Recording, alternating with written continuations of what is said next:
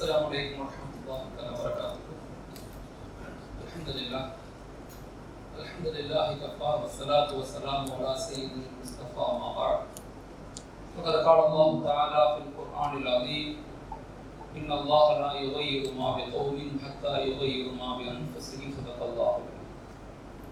وقال رسول الله صلى الله عليه وسلم: إنما الأعمال بالنيات وإنما لكل امرئ ما نوى. நான் ஓதிய இந்த குர்ஆனுடைய வசனம் என்பது என்ன சொல்ல வருதுன்னா, ஒரு மனிதன் தான் மாறாத வரை இந்த நிலையிலும் அவனையும் மாற்றிக்கொள்ள முடியாது, சமூகத்தையும் மாற்ற முடியாது. Everybody wants to change the world, but nobody wants to change us. எல்லாத்தையும் மனிதன் மாற்ற நினைக்கிறான், தன்னை மாத்திக்க மாட்டேங்கிறாங்க. நீங்க உங்களை மாத்திக்காத வரைக்கும் சமூகத்திலே இந்த மாற்றத்தையும் நம்ம ஏற்படுத்த மாட்டோம்னு அல்லாஹ் நமக்கு சொல்லி காட்டுறோம். நான் வாசிச்ச அந்த ஹதீஸ், ஹஜ்ரத் ஸல்லல்லாஹு அலைஹி வஸல்லம் சொன்ன அந்த வார்த்தை இன்னமல் அஅமாலு பின்னிய்யாத் அப்படிங்கிறது, எண்ணங்களை கொண்டுதான் நம்முடைய வாழ்க்கைகள் அமைக்கப்படும். நம்ம என்ன மாதிரி எண்ணமோ அதுதான் நம்முடைய வாழ்க்கையில கிடைக்கும். அதனால எண்ணங்களை சீராக வைத்துக் கொள்ளுங்க அப்படிங்கிறத ஹஜ்ரத் ஸல்லல்லாஹு அலைஹி வஸல்லம் கற்றுக் கொடுத்திருக்காங்க. தமிழ்நாடு முழுக்க கிட்டத்தட்ட 34 டிஸ்ட்ரிக்ட்ஸ்ல இந்த எக்கனாமிக் சேம்பர் அப்படிங்கிறது மிகச்சிறப்பான உங்களை போன்ற இளைஞர்களால் இணைந்து மிக நீண்ட இலக்கு, தொடர் பயணம், கடின உழைப்பு, நேர்மறையான சிந்தனை அப்படிங்கிற ஆழமான கருத்தியலை கொண்டு இயங்கக்கூடிய ஒரு அற்புதமான ஒரு நீண்ட கால திட்டத்தின் வெளிப்பாடு தான் இந்த ஆய்வு பேப்பர். எக்கனாமிக் சேம்பர் அப்படிங்கிறது அடுத்த 10 வருஷத்துல நம்ம ஊரை, நம்ம மக்களை, நம்முடைய மாவட்டத்தை, நம்முடைய மாநிலத்தை, நம்முடைய நாட்டை ஒரு வலுவான, வளமான ஆளுமையுள்ள ஒரு பகுதியாக மாற்றணும் அப்படிங்கிறது தான் இந்த நாட்டினுடைய நம்முடைய எக்கனாமிக் சேம்பருடைய மிக முக்கியமான நோக்கமாக இருக்கு. நோக்கத்தை தெளிவா புரிஞ்சுக்கிட்டா மட்டும்தான் நம்மளால செயல்கள் செய்ய முடியும். உலகத்துல 100% மக்கள் எல்லாருமே வெற்றியைத்தான் விரும்புவோம், எல்லாருமே வெற்றி அடையணும்னு விரும்புவோம். ஆனா எல்லாத்தினாலையும் இந்த வெற்றியை அடைய முடியுதா அப்படின்னா இல்லை. வெறுமனே சில பேர் ஆசைப்படுவாங்க, சில பேர் பேசுவாங்க, சில பேர் சில முயற்சிகள் செய்வாங்க, சில பேர் ஒரு கால முயற்சி செய்வாங்க. ஆனா எல்லாத்தினாலையும் அந்த இடத்தை, அந்த வெற்றியை அடைய முடியுதான்னா முடியல. 95% மக்கள் தன் வெற்றியை அடைய முடியல. வெறுமனே 5% மக்கள் தான் அந்த வெற்றியை அடைகிறாங்க அப்படிங்கிறத ஆய்வுகள் சொல்லுது. அப்ப அந்த வெற்றியாளர்களுடைய ரகசியம் என்ன? அந்த வெற்றியாளர்கள் எப்படி தன் வெற்றியை அடைஞ்சாங்க? ஒண்ணு, சில நேரங்கள்ல அந்த வெற்றியினுடைய ஃபார்முலாக்களை அறிந்து பின்பற்றி அதை அடைஞ்சிருப்பாங்க. இல்லைன்னா அந்த ஃபார்முலாக்களை அறியாமலே அந்த வெற்றியை அடைவாங்க. அந்த வெற்றியின் ரகசியம் என்ன? வெற்றி அடைகிறதுக்கு உண்டான சில ஃபார்முலாக்கள்ல மிக முக்கியமான ஒரு ஃபார்முலா என்ன சொல்றாங்கன்னா, அதுக்கு பேர் கோல்டன் ரேஷியோ ஃபார்முலான்னு சொல்றாங்க. இந்த ஃபார்முலாக்கள் நம்ம தெரிஞ்சுக்கும் போது நம்ம என்ன எடுத்தாலும், என்ன செஞ்சாலும், எதை நோக்கி பயணித்தாலும் அதுல நாம இன்ஷா அல்லாஹ் வெற்றி அடைய முடியும், அதில் நாம அச்சீவ் பண்ண முடியும் அப்படிங்கிறத வெற்றியாளர்கள் இருந்து ஆய்வு செய்து ஒரு ஆய்வு கட்டுரையை வெளியிடுறாங்க. முதலாவதாக வெற்றியாளர்கள் எப்படி இருப்பாங்கன்னா 4 மிக முக்கியமான விஷயங்களை பின்பற்றுவாங்கன்னு சொல்றாரு. ஒன்று, எதை செய்தாலும் இதை நான் ஏன் செய்கிறேன் அப்படிங்கிற ஒரு கேள்வியை அவர்கிட்ட கேட்டுக்கிட்டே இருப்பார். நான் கரெக்டா செய்யறேனா, இதை நான் ஏன் செய்கிறேன், இந்த செயல்ல என்னென்ன குறைகள் இருக்குது, என்ன நிறைகள் இருக்குது அப்படிங்கிறத தன்னைத்தானே கேள்வி கேட்பாரு. ஏன் நான் ஏன் இப்படி இருக்கிறேன், நான் ஏன் கடையை திறந்துட்டு கடைக்கு போகல, நான் ஏன் மதியம் படுத்து தூங்குறேன், நான் கஸ்டமர்கிட்ட எப்படி நடந்துக்கிறேன், இப்படிங்கிற ஒரு கேள்வியை தனக்குள்ளேயே அவர் கேட்டுக்குவார். ஒய் அப்படிங்கிற கேள்வியை தனக்குள்ள அவர் உருவாக்கிக்கிட்டே இருப்பார். உலகத்துல யார் தன்னைத்தானே கேள்வி கேட்க ஆரம்பிக்கிறார்களோ அவர்கள் தான் வெற்றியாளர்களுடைய முதல் படியில ஏறுவாங்க. தன்னைத்தானே நம்ம கேள்வி கேட்கணும். மற்றவங்க நம்மளை கேள்வி கேட்கிறத விட நம்மளை நாமே கேள்வி கேட்டுக்கணும். நான் சரியா இருக்கேனா, நான் சரியாக பயணிக்கிறேனா, நான் மக்கள்கிட்ட சரியா நடந்துக்கிறேனா, என் பிசினஸுக்கு சரியான நேரம் கொடுக்குறேனா அப்படிங்கிறத சரியான முறையில அவங்க விளங்கியவர்களாக இருக்கணும். இது முதல் பகுதி. இரண்டாவது, என்ன செய்கிறேன் அப்படிங்கிற ஒரு தெளிவு நம்மகிட்ட இருக்கணும். என்ன செய்யணும் அப்படிங்கிறத நான் எழுதணும். எப்ப உலகத்துல நிறைய ப்ராப்ளம்ஸ் இருக்கும். இந்த ப்ராப்ளத்தினுடைய தீர்வுகள்ல பாதி தீர்வு என்னன்னா, எதை நீங்க எழுத ஆரம்பிச்சிட்டீங்களோ, என்னங்கிறத எப்ப நீங்க எழுத ஆரம்பிச்சிட்டீங்களோ அப்போ உங்க ப்ராப்ளம் பாதி தீர்வு, பாதி சொல்யூஷன் உங்களுக்கு கிடைச்சிடும். அப்ப நாம என்ன செய்யறோம்ங்கிற ஒரு அட்டவணை நம்மள்ட்ட இருக்கணும். நம்மள்ட்ட எல்லாத்துக்கையுமே ஒரு இயர்லி ஒரு ஷார்ட் நம்ம வச்சுக்கணும். நம்ம என்ன செஞ்சுக்கிட்டு இருக்கோம், என்னுடைய வேலைகளை, என்னுடைய நேரங்களை, என்னுடைய விஷயங்களை நான் எப்படி பகிர்ந்து கொடுத்துக்கிட்டு இருக்கிறேன், சரியான முறையில் நான் என்னுடைய திட்டங்களை அமைச்சு கொண்டா அப்படிங்கிற ஒரு தெளிவான பார்வையும் ஒரு அனலைசிங் ஸ்கில், ரிவியூவிங், நம்மளை நாமே ரிவியூ செஞ்சு நான் சரியான முறையில பயணிக்கிறனா அப்படிங்கிறத ஒரு ஷார்ட் போட்டுக்கணும். இப்போ எங்க இடத்துலலாம் பார்த்தீங்கன்னா ஒரு ஷார்ட் இருக்கும். நமக்கு வந்து பல நிறுவனங்கள் இருக்குது, பல வேலைகள் இருக்குது, பல விஷயங்களை பண்ணிக்கிட்டு இருக்கோம். அப்படிங்கிறப்ப எல்லாத்துக்குமே ஒரு சார்ட் வேணும்.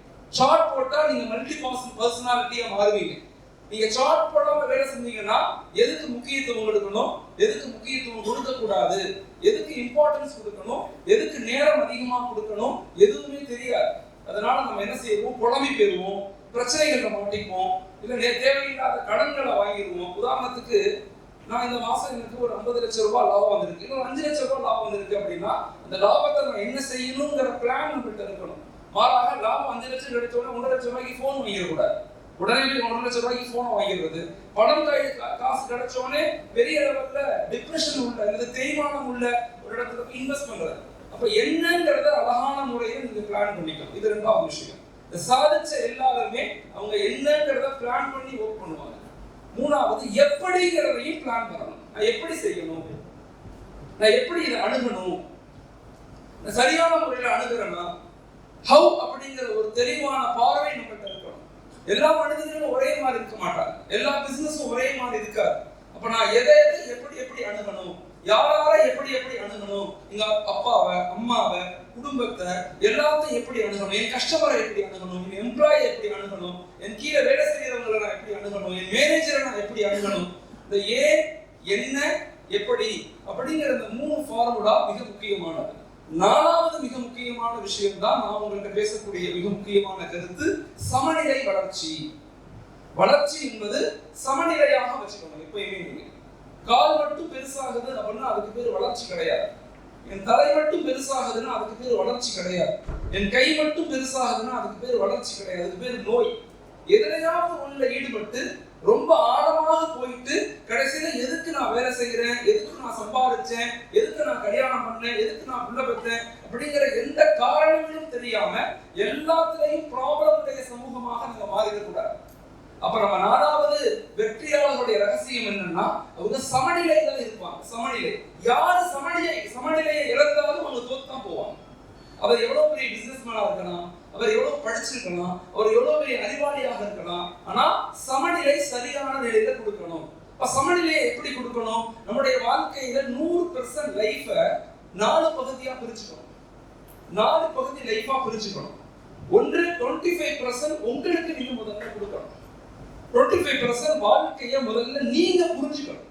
உங்களுடைய வாழ்க்கை, உங்களுடைய உடல் ஆரோக்கியம், உங்களுடைய மன ஆரோக்கியம், உங்களுடைய அறிவு ஆரோக்கியம், உங்களுடைய சமூக ஆரோக்கியம் அப்படிங்கிற உங்களை சரியான முறையில கணக்கிடக்கூடியவராக சுய பரிசோதனை, சுய ஆய்வு, சுய சிந்தனை, சுய கட்டுப்பாடு, இது எல்லாத்துலயும் நீங்க சரியான முறையில இருக்கீங்களா அப்படின்னு யோசிக்கணும். பெரும் பெரும் படிப்பாளியாக இருப்பாங்க, சுய கட்டுப்பாடு இருக்காரு. பெரும் பெரும் கோல்டு மெடலிஸ்டா இருப்பாரு, மனைவியோடு எப்படி வாழணும்னு தெரியாது, குழந்தைகளை எப்படி வளர்க்கணும்னு தெரியாது, ஒரு மிகப்பெரிய ஆளுமையாக சமூகத்தில் இருப்பார். உதாரணமா உளவியலுடைய தந்தை உளவியலுடைய சிக்மண்ட் ஃப்ராய்ட் வந்து உளவியலுடைய ஃபாதர் ஆஃப் சைக்காலஜின்னு சொல்லுவாங்க. the father of psychology யாருன்னா சிக்மண்ட் ஃப்ராய்ட். ஆனா அவர் தூக்கு போட்டு தான் இறந்து போனார். தூக்கு போட்டு இறந்துட்டார், தற்கொலை பண்ணி தான் இறந்து போனார். அவருடைய மகன் அவரை பத்தி எழுதும் போது எங்க அப்பாவை போல ஒரு கேவலமான மனிதரை நான் பார்த்ததே இல்லைன்னு எழுதுறாரு. என்ன காரணத்துக்கு சொல்றேன்னா, எவ்வளவு பெரிய அறிவாளியாக இருந்தாலும் நம்முடைய வாழ்க்கை முறையை எப்படி சரியான முறையில சமநிலையில கொண்டு வரணும் அப்படின்னா 25% லைஃப் நாம நமக்காக கொடுக்கணும். நமக்காக சுயநலமாக சொல்லல, நமக்காக சொன்னா நம்முடைய ஆரோக்கியம், நம்முடைய அறிவு, நம்முடைய சிந்தனை, நம்முடைய இரக்க குணம், நம்முடைய மன்னிக்கும் தன்மை, நம்முடைய மென்டல் ஹெல்த், நம்முடைய பிசிக்கல் ஹெல்த் எல்லாத்தின் மீது கவனம் செலுத்தணும். அதை கவனம் செலுத்தாம நீங்க ஓடிக்கிட்டே இருக்கீங்க, உழைச்சிக்கிட்டே இருக்கீங்க, மனைவியை பார்க்கல, குழந்தைகளை பார்க்கல, அதனுடைய பாதிப்பு பிற்காலத்தில் என்ன மிகப்பெரிய பாதிப்பு நமக்கு உண்டாகும். அதனால 25% உங்களுடைய சுய மேம்பாட்டுக்கு கொடுங்க. இது ஃபர்ஸ்ட் விஷயம். 2வது 25% உங்களுடைய குடும்பத்துக்கு கொடுங்க. உங்களுடைய ஃபேமிலிக்கு கொடுங்க. உங்களுடைய அப்பா அம்மா பக்கத்துல உட்கார்ந்து பேசுங்க. உங்களுடைய அழுத்தம் எல்லாம் குறைய ஆரம்பிங்க. மனைவி குழந்தைகளோடு கொஞ்ச ஆரம்பிங்க. நீங்க இன்னைக்கு ஜப்பான்ல, சைனால உலகத்திலேயே வளர்ந்த நாடுகளாக, ஜிடிபில உயர்ந்த நாடுகளாக சொல்றோம். ஆனா அவங்களுடைய ஆய்வுகளை எடுத்து பார்த்தா ஆச்சரியமா இருக்கு. அன்னைக்கு ஒரு ஆய்வு சரி பார்க்கிறேன், ஒரு வீடியோ. ஒரு ஜப்பானிய மேன், அவனுக்கு சரியான டென்ஷன். கம்பெனில லாஸ், அங்க பிரச்சனை, வண்டி கார் எடுத்தா கார் பஞ்சர் ஆயிடுச்சு. வீட்டுக்கு வந்தோம்னா கதவு திறக்கல, இவரை காணும், யார் வாட்ச்மேன் காணும். டென்ஷன் ஆகி வருவார் வீட்டுக்கு.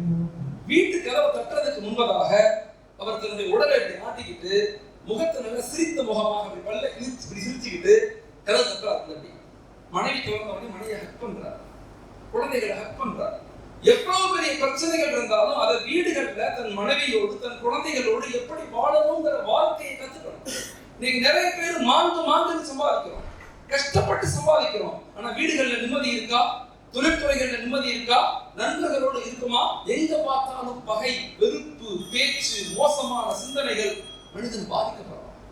குடும்பங்களை நேசிங்க, உறவுகளை நேசிங்க. அப்பா அம்மா இருந்தா அப்பா அம்மாவை நேசிங்க.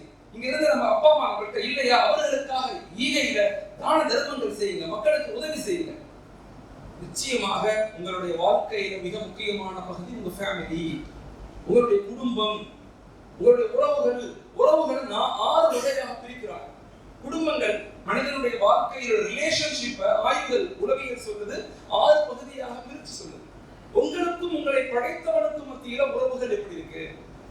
உங்களுக்கும் உங்களுடைய முன்னோர்களுக்கும், உங்களுடைய தாய் தகப்பன், அவங்களுடைய ஆன்செஸ்டர்ஸ், அவங்களுடைய தாத்தா பாட்டி, என்னைக்காவது அவங்களை பத்தி நம்ம யோசிக்கிறோமா? யோசிக்கிறது இல்லை. 3வது உங்களுடைய மனைவி மக்கள் உறவுகள் எப்படி இருக்கு? 4வது உங்களுடைய சகோதர சகோதரிகள், உடன் பிறந்த இரத்த பரப்புகள். 5வது உங்களுடைய பக்கத்து வீட்டுக்காரங்க.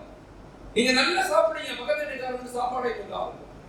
நீங்க நல்ல ஆரோக்கியமான வாழ்க்கையை வாழ்றீங்க, அவன் கஷ்டப்பட்டு நோயாளியாக இருப்பான். அன்னைக்கு ஒரு நாள் கூட வாழ்க்கையில அவனை போய் சந்திச்சு உன் நோய் எப்படி இருக்கு, உனக்கு ஏதாவது தேவையான்னு கேட்டதே இல்லை.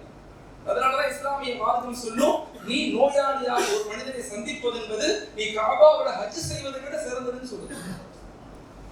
நோயாளிகளை சந்திக்கிறது, பக்கத்து வீட்டுக்காரங்க, நண்பர்கள், எம்ப்ளாய், கூட 10 பேர், ஊரெல்லாம் வேலை செய்வார், ஊருக்கெல்லாம் உதவி செய்வார். தனக்கு கீழே வேலை செய்யக்கூடிய ஒரு எம்ப்ளாயை பத்தி கவலைப்பட மாட்டார். வாழ்க்கை நிம்மதியா இருக்குமா? நிம்மதியா இருக்கா? மலேசியால சமீபத்தில் போயிருந்தப்ப ஒரு பெரிய செல்வந்தர் என்ன வந்து பேசினார். மோரானா, நான் இரவு தூங்கி ரொம்ப காலமாச்சு, தூக்கமே வர மாட்டேங்குது. பெரிய கிட்டத்தட்ட 2000-3000 பேர் அவருக்கு வேலை செய்யறாங்க. பெரிய ஒரு நிறுவனர், மாஷா அல்லாஹ், பெரிய செல்வந்தர். சிங்கப்பூர்லயும் அவருக்கு ஆபீஸ் இருக்கு, மலேசியாவிலும் ஆபீஸ் இருக்கு. பெரிய நபர், பெரிய ஒரு ஆளுமை, மிகச்சிறந்த ஆளுமை அவர் சொல்றாரு, மோனா எனக்கு தூக்கமே வர மாட்டேங்குது. நான் கேட்டேன், என்ன செஞ்சீங்க? அவருடைய வாழ்க்கையை பத்தி கேட்டே வந்தேன். உங்களுக்கு எத்தனை பேர் வேலை செய்யறாங்க? இவ்வளவு நான் நிறைய பள்ளி கட்டி கொடுத்துருக்கேன், நிறைய உதவி செஞ்சிருக்கிறேன், கல்வி நிலையங்கள் எல்லாம் பண்ணி கொடுத்துருக்கிறேன். அப்ப நான் கேட்டேன், உங்க எம்ப்ளாய்க்கு நீங்க என்ன பண்றீங்க? நீங்க எம்ப்ளாய்க்கு சம்பளம் கொடுக்குறேன். இல்ல, நீங்க வெளியில செய்யறதுக்கு முன்பதாக உங்களை உருவாக்குன உங்க எம்ப்ளாய்ஸ் இருப்பாங்கல்ல, உங்க கீழே வேலை செய்யக்கூடிய தொழிலாளர்கள், அவர்களுடைய குடும்பங்களை பேணுங்க. அவங்களுடைய கல்வி, அவங்களுடைய குழந்தைகளுடைய கல்விக்கு உதவி செய்யுங்க.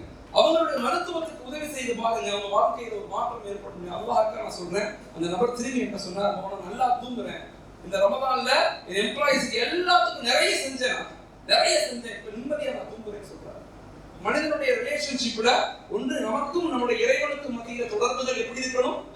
2வது மிக முக்கியமானது, நமக்கும் நம்முடைய பெற்றோர்கள், முன்னோர்களுக்கு மத்தியில தொடர்பை சரி செய்து கொள்ளுங்க.